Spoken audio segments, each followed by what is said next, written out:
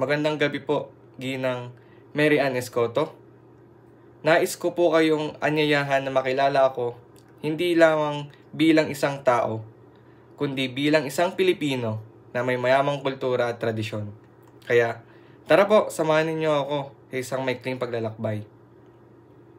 Ang aking buong pangalan po ay Sean Bright Antoine Silan. Ngunit madalas akong tinatawag na Sean ng aking mga kaibigan at pamilya.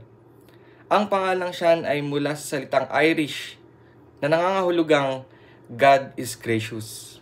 At ito ay paalala para sa akin na maging magpapasalamat sa lahat ng mga biyayang natatanggap ko.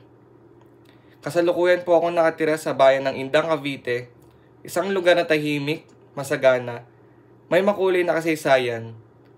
Ang Indang ay kilala bilang isang bayan na mayaman sa agrikultura. At dito mo mararamdaman ang tunay na halina ng probinsya. Mahalaga ito sa aking pagkatao dahil dito po ako lumaki, humubog at natutong mahalin ang kultura at tradisyon ng mga Caviteño. Kung pag-uusapan natin ang turismo, hindi pwedeng mawawala or banggitin ko ang Balite Falls, isang tanyag na pasyalan dito sa Indang. Kilala ito bilang isa sa malamig at malinaw na tubig galing sa bukal. Kaya maraming taong dumadayo rito para makapagpahinga at makapag-enjoy sa kalikasan. Bukod pa rito, makikita rin sa paligid ng Indang ang magagandang tanawin ng kabundukan at sakahan.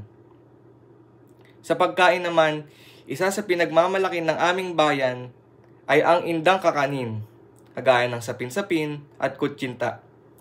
Isa pa sa kilalang produkto dito ay ang tsokolating tableya na ginagamit para sa paggawa ng mainit na tsokolate. Ito ay simbolo ng kasipagan at malikhaing kamay ng mga tao dito.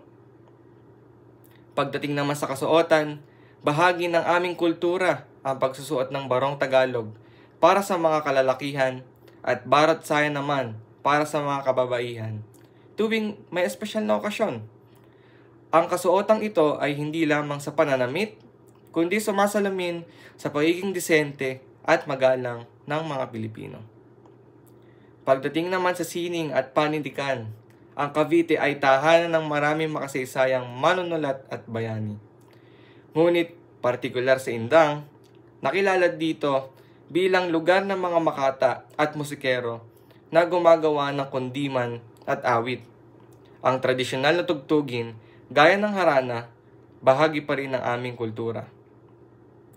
Isa sa pinakamahalagang pamana ng kultura sa aming lugar ay ang pagdiriwang ng may matinis na tuwing disperas ng Pasko, kung saan isinasadula ang iba't ibang bahagi ng Biblia.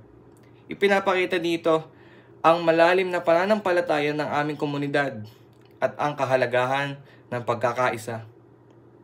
Sa kabuuan, ako si Sean, isang Caviteño na ipinagmamalaki ang kanyang bayan at kultura. Ang aking pagkatao ay nakaugat sa aking pamilya, kasaysayan at wika. Naniniwala ako na sa pagpapahalaga ng ating kultura at tradisyon, mas lalo nating mapapatatag ang ating pagkakakilanlan bilang Pilipino. Maraming salamat po at magandang araw.